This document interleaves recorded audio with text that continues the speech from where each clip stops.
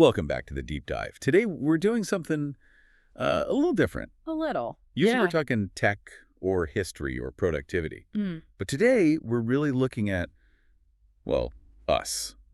And a very specific version of us that almost no one ever talks about. It's a bit of a ghost story, really. Except the ghost is you. That's a great way to put it. We're diving into an essay by the writer and philosopher Pedro Malha. Right. And the title is Liking Who You Were During Sex.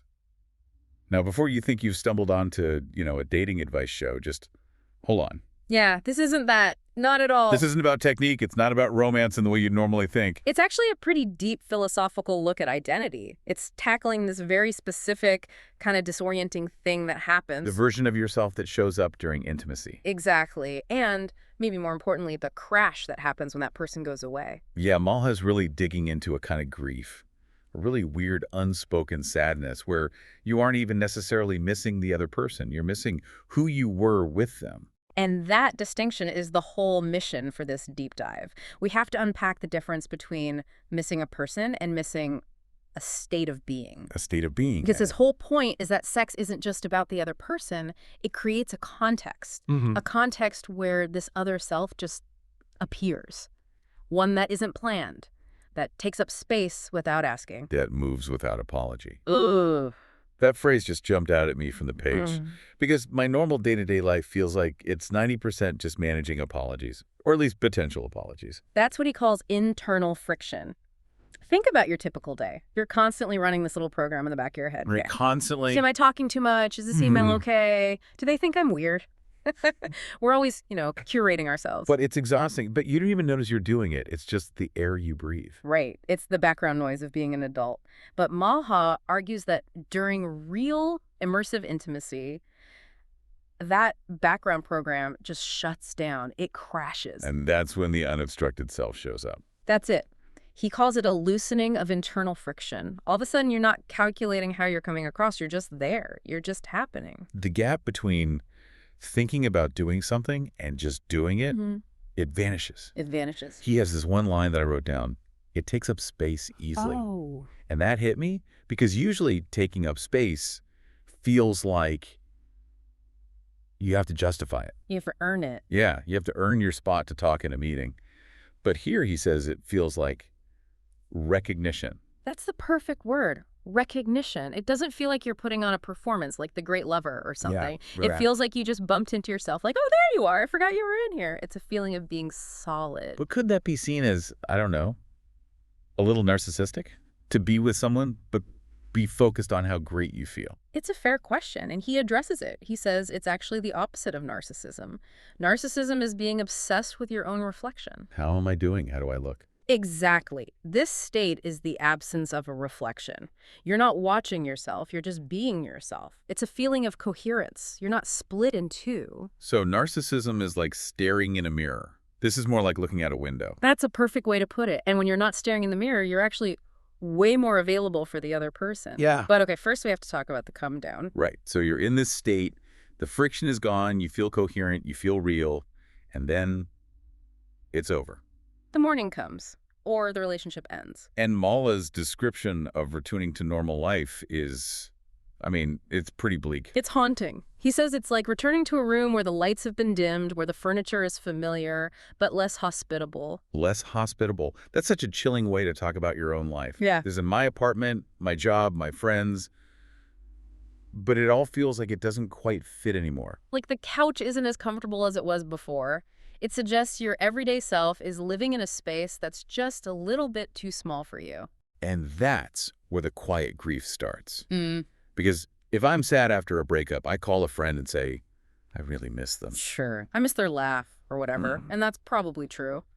But Malha says we're not always reliable narrators of our own sadness.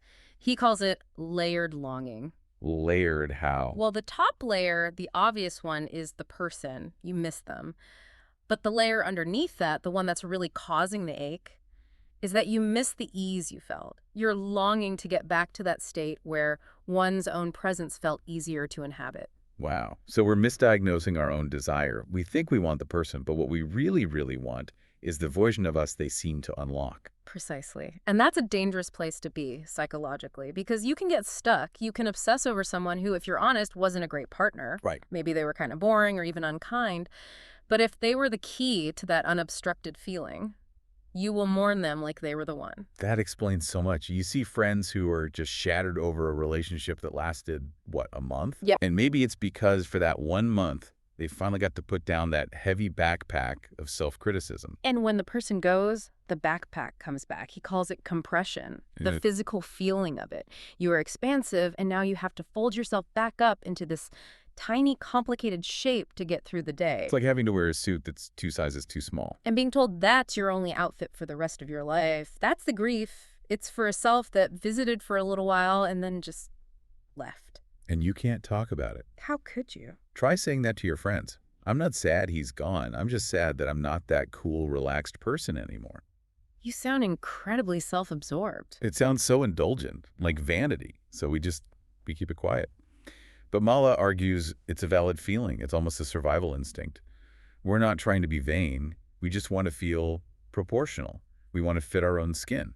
I do want to touch on the nature of this self, though, because it's easy to start romanticizing it, making it sound like this perfect, brave, ideal person. And he's careful to say that's not it. Right. This self isn't necessarily better in a moral sense. No, and that's a really important point. The unobstructed self might be more impulsive, maybe a little reckless. They're not brave or heroically. They're just less obstructed. But he does say they are often more generous, which seems like a contradiction. If I'm less inhibited, shouldn't I be more selfish? You'd think so. Yeah. But think about where so much of our meanness comes from. Insecurity. Defensiveness, insecurity, yeah. Hmm. When you're in a constant battle with yourself, am I okay? Am I enough? You have zero extra energy for anyone else. When that internal war takes a ceasefire, suddenly you have this huge surplus. You can afford to be playful. You can afford to be forgiving. So the generosity is a byproduct of not being anxious. Exactly. You're not hoarding your emotional energy because you're not spending it all on yourself. Okay, so this brings us to the big question, the one everyone listening is probably shouting right now. If this version of me is more present, more generous, happier, why can't I just be that person all the time? Right. Why can't I just decide to be that person tomorrow morning? Yeah. And this is where it gets really philosophical. And honestly, it's kind of a bitter pill. Mala's point is that the self is relational. Relational, so I can't just will it into existence on my own. You can't, because you are not a static object, like a book on a shelf. You are more like an event. You happen in response to a specific context. So the sexual self isn't a coat I have in my closet that I can just choose to wear to a board meeting. It's not in the closet at all. The self that shows up at the board meeting is a response to that environment. The other self is a response to a completely different environment of, trust and permission and attention. It's like trying to grow a palm tree in Antarctica. It's not the tree's fault. The conditions are just wrong. You can't summon this self because the self is the response. It doesn't exist without the prompt. That's genuinely terrifying. It means we're sort of at the mercy of our circumstances. To a huge degree.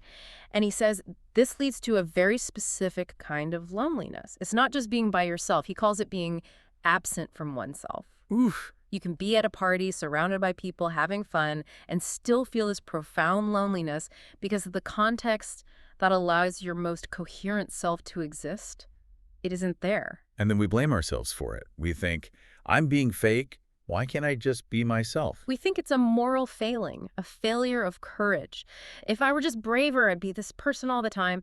And he says that is a complete trap. You're not withholding the self. It just can't come out. He says trying to force it feels like grasping at smoke. And that's the perfect image for it. So what happens when we try to grasp it anyway? Because we do. People chase that feeling relentlessly. We do. And that leads to what he calls a quiet bargaining with memory. And that's when we start using other people. Using them like a key to a door. That's essentially it.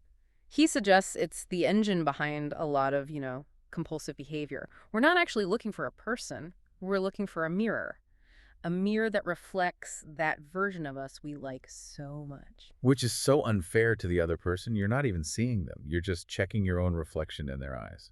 It's deeply unfair. It's objectifying, just not in the way we usually mean.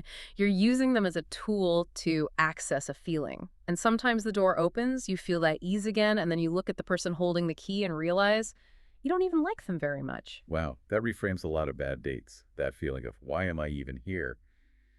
But maybe the answer is you like who you are when they look at you. Or you like the permission they give you to just stop trying so hard. And he says, this is why memory is so tricky. When you look back, you're usually not replaying the event itself. You're replaying atmospheric fragments. What does he mean by that? Atmospheric fragments. You remember the feeling of the silence in the room. You remember the sense of not having to explain yourself. You're not missing the act. You're missing the atmosphere of permission. Yeah. It's the feeling of the sun coming through the window on a Sunday morning, not just what happened Saturday night. Exactly. The atmosphere where you didn't have to apologize for existing. So where does that leave us? This feels pretty grim. We have this self we love, we can't get to it on our own, and chasing it through other people is messy and unkind. Are we just doomed to be these compressed, anxious people forever? Well, it's not quite that bleak. But he definitely doesn't offer, a 5-step plan to fix it. He offers a philosophical shift. Okay, what is it? He says we have to develop a tolerance for incompleteness. I hate that. That sounds like giving up. It's harder than giving up. It's an active acceptance. Accepting that the self isn't a thing you own. It's an event that happens. And you have to accept that some versions of you are just visitors. They come and then they go. So the goal isn't to capture the self and keep it forever. That's impossible. The goal is to acknowledge that the visit was real, that it wasn't a fantasy. Longing for that self isn't a delusion. It's a genuine memory of a time you felt. Correct. Proof of concept. That's it. It is proof that you are capable of that ease. That person wasn't a fake. They were real. And just knowing that they exist, somewhere inside you, changes everything. Now, how does it change things? Well, think of it like this. Imagine you live in a small, cramped apartment, but you know there's a secret, beautiful, massive ballroom attached to it that you can only get into sometimes. Okay. Even when you're back in the tiny kitchen, you know the ballroom is there. You know the house is bigger than it looks. That's a great image. So the quiet grief doesn't vanish, it changes shape. It becomes a companion. Mala says the morning doesn't ask to be fixed. It just sits there. It comes up when you hear a certain song. And the real work is just to let it be there without letting it ruin the kitchen you have to live in every day. Don't burn down the apartment because you missed the ballroom. Exactly. You live in the apartment, but you carry the knowledge of the ballroom with you. He does end the essay on a pretty uncertain note, though, right? He doesn't say for sure that this self can ever really live outside of that one specific context. No, he leaves that question open. Maybe just a crack.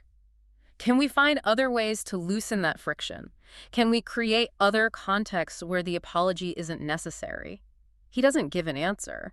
He just leaves you there with the longing and the uncertainty. It feels like an invitation, though. It is. It's an invitation to stop judging yourself for the crash.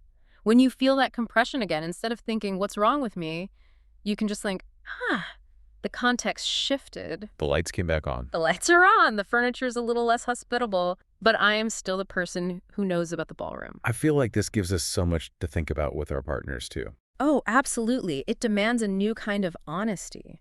You have to ask yourself, do I miss them? Or do I miss the permission they gave me? And if the answer is permission, that's okay.